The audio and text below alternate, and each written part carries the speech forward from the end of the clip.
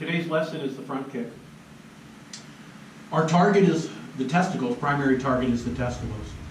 You want the blow to come up and under between his legs so it hits the testicles, not just the groin area. If you kick him and the blow comes more straight in, you'll hit him in the groin and it will be an effective shot, but not the same as if you can come up and under into his testicles. You want to pull your toes back to expose the ball of the foot. Something that I don't do very well, and I want to address this in a little bit. Because we're going to look at kicking barefoot, we're going to look at kicking with shoes on. And whether you can get your toes back or not effectively, you want to work on getting those toes back. So you curl the toes back, we're in the relaxed ready position. From here, the hips start to turn into the target. The kick is beginning, there can be no telegraph. The knee starts to move right at the target. At the same time this is occurring, the leg is folding up and going into as full of flexion as you can get in that leg. So this would be your leg at flexion, that would be your leg at extension. You want that leg to fully flex so that it has that snapping action with the hip behind it, and it makes it incredibly powerful, and it makes it very fast. And for a lot of people anyways, the front kick is a fairly natural kick if they've done any athletics or played with it as a kid as a ball and kicked the ball. You kick with a different part of your foot, but we are going to kick with the top of the foot as well. But right now, we're talking about the ball of the foot as the impact weapon and curl those toes back. Now, we're in the relaxed ready. We turn those hips in, the knee starts to drive up, and it looks a bit like a knee attack. Now I want you to understand, by the time my knee gets to that point, your knee gets to that point, the kick is completed. So with that leg going into flexion, you're going to have this nice snapping action to it.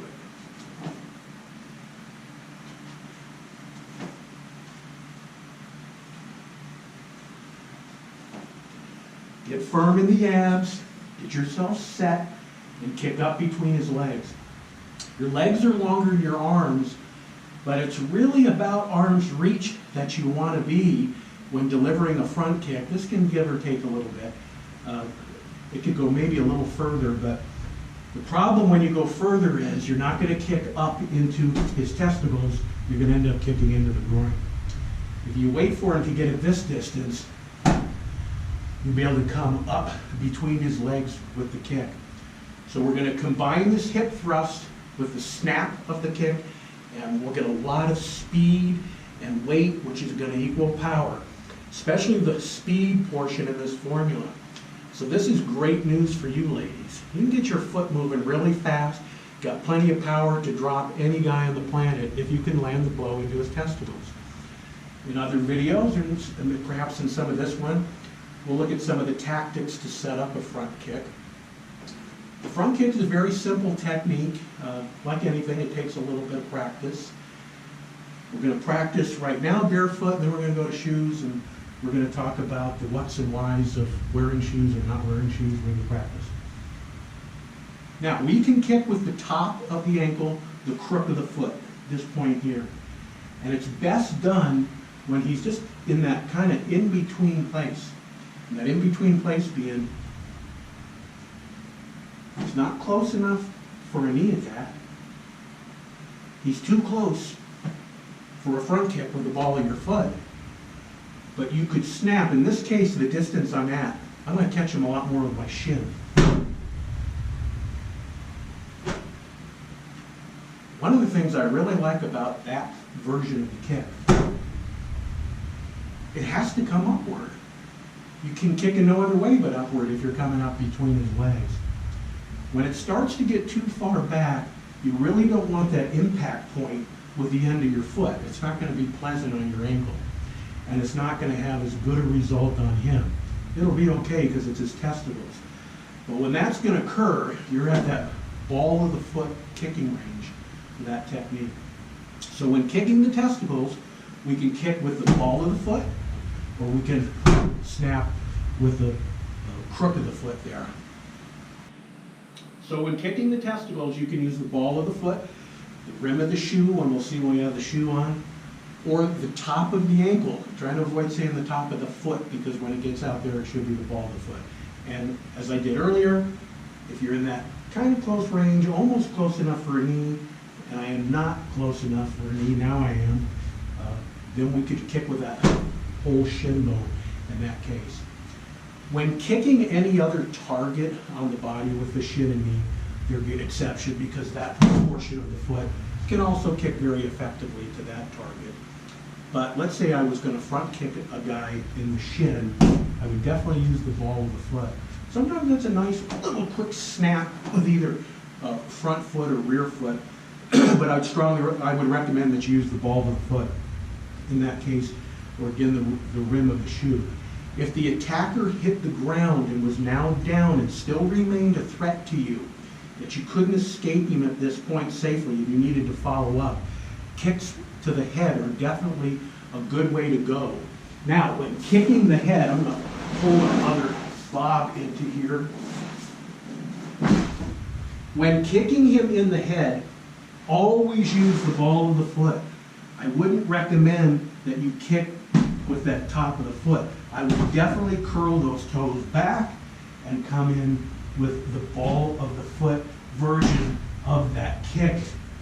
You were kicking him in the body, you were kicking him in the groin from this position. I would use the ball of the foot, especially to the head. You'll do more damage, there'll be more penetration in the smaller portion of the foot than there will be dispersed over the whole top of the foot. So when the guy hits the ground, and again, we cannot escape him, and we're not safe from him yet, kicks to the head are the way to go, one of the ways to go anyways, and use the ball of the foot in the kick. Okay, let's start talking about some foot gear. I have on some flip-flops right now. They could assist me very well. Now, when doing the front kick with the ball of the foot, for me personally, I've never been good at getting my toes back very far. And as I get older, I'm getting all kinds of arthritis and things in the toes, the big toes especially, and I have a hard time pulling them back. But if you can see my foot here, I definitely have those toes pulled up. It's going to lock the flip-flop into place. And I'm going to try and kick with the ball of the foot. But what's going to end up happening is the rim of this is going to end up kicking. That foot position, though, is very important so you have the rigidity in the ankle here. Now, even with these simple pair of flip-flops, the force in the edge of this is going to be much greater. Imagine I had this in my hand, which would be a possibility too, and that was driven into the neck. You see, you get a decent amount of force. Granted, it is rubber, but a shoe in your hand could be very effective.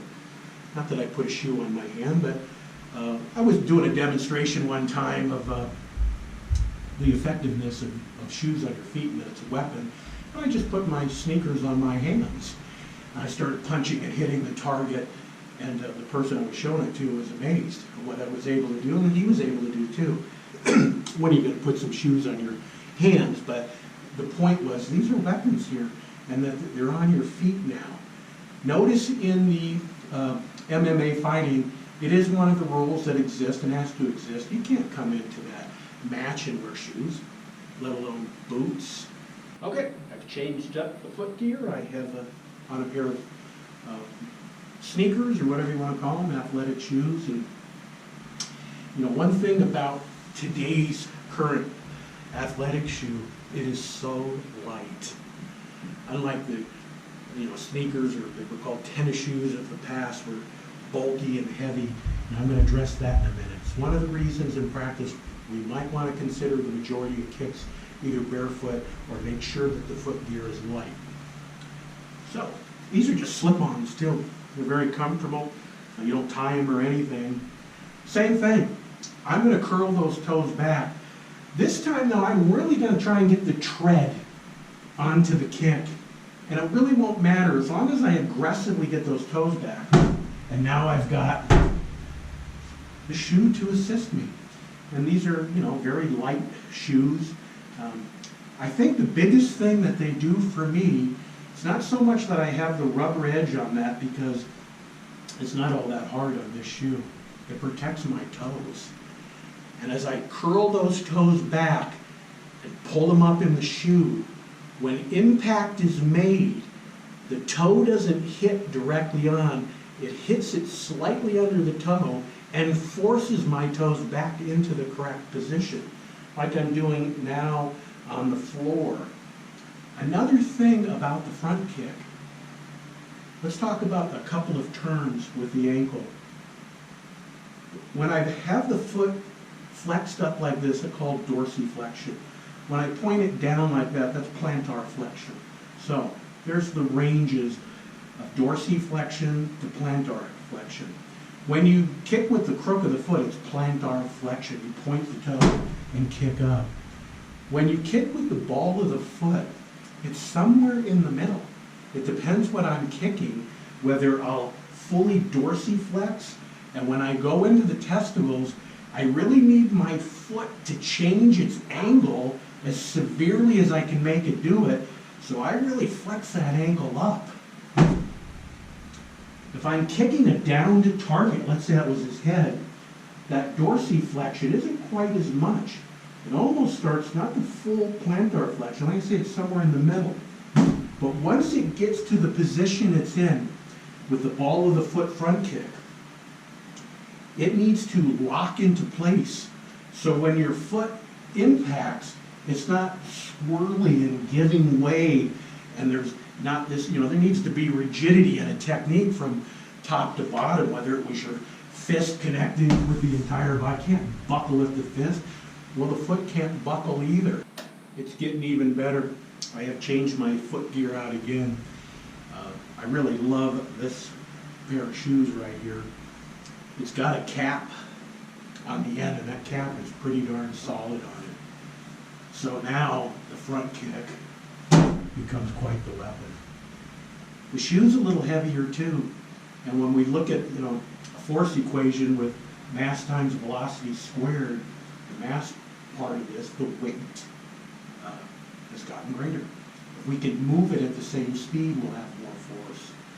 So you just get that foot moving in all the ways we've talked about, how to correctly kick, pull those toes back, even though you have the protection of the shoe here, because it's going to make the foot firm like I talked about earlier.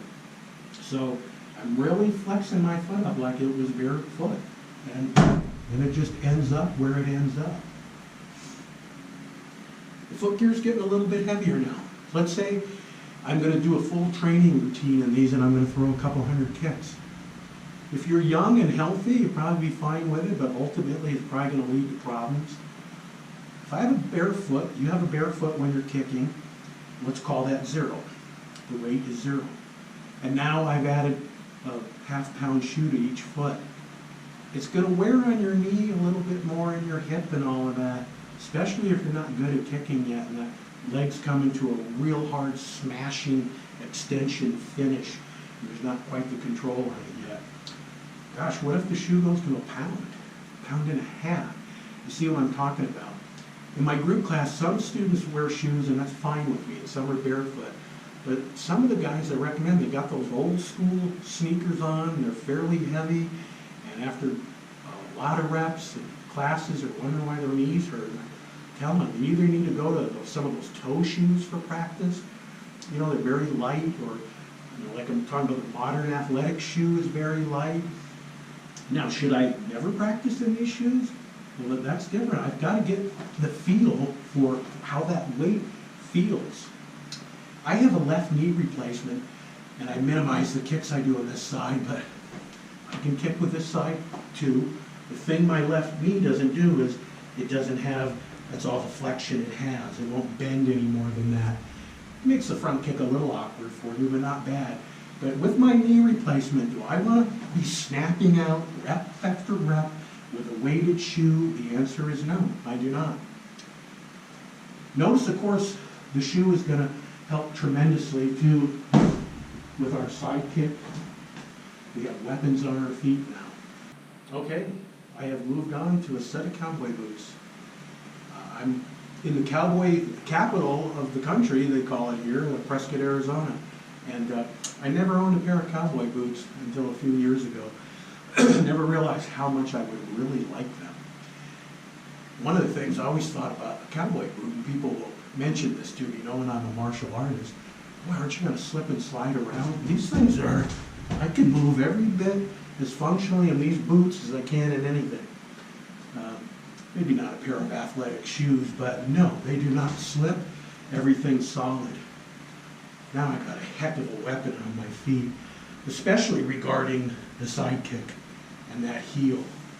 I don't even want to kick the target hard for fear of tearing it.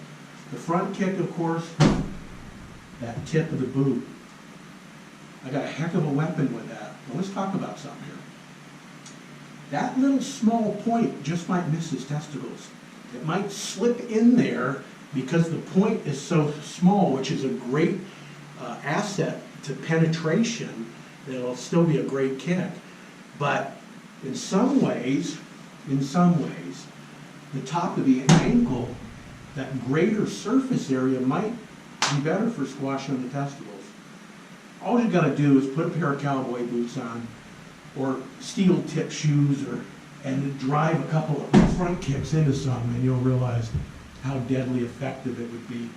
How about our down attacker? Well, now this has gone from highly effective with a bare foot to deadly, potentially deadly, hitting the tip of that shoe into the attacker's head. And of course, stomping on him, and we're not going to certainly go down to the ground and mount him or anything like that. We have too many other considerations of things going on. And we can finish him with our boots. The front kick.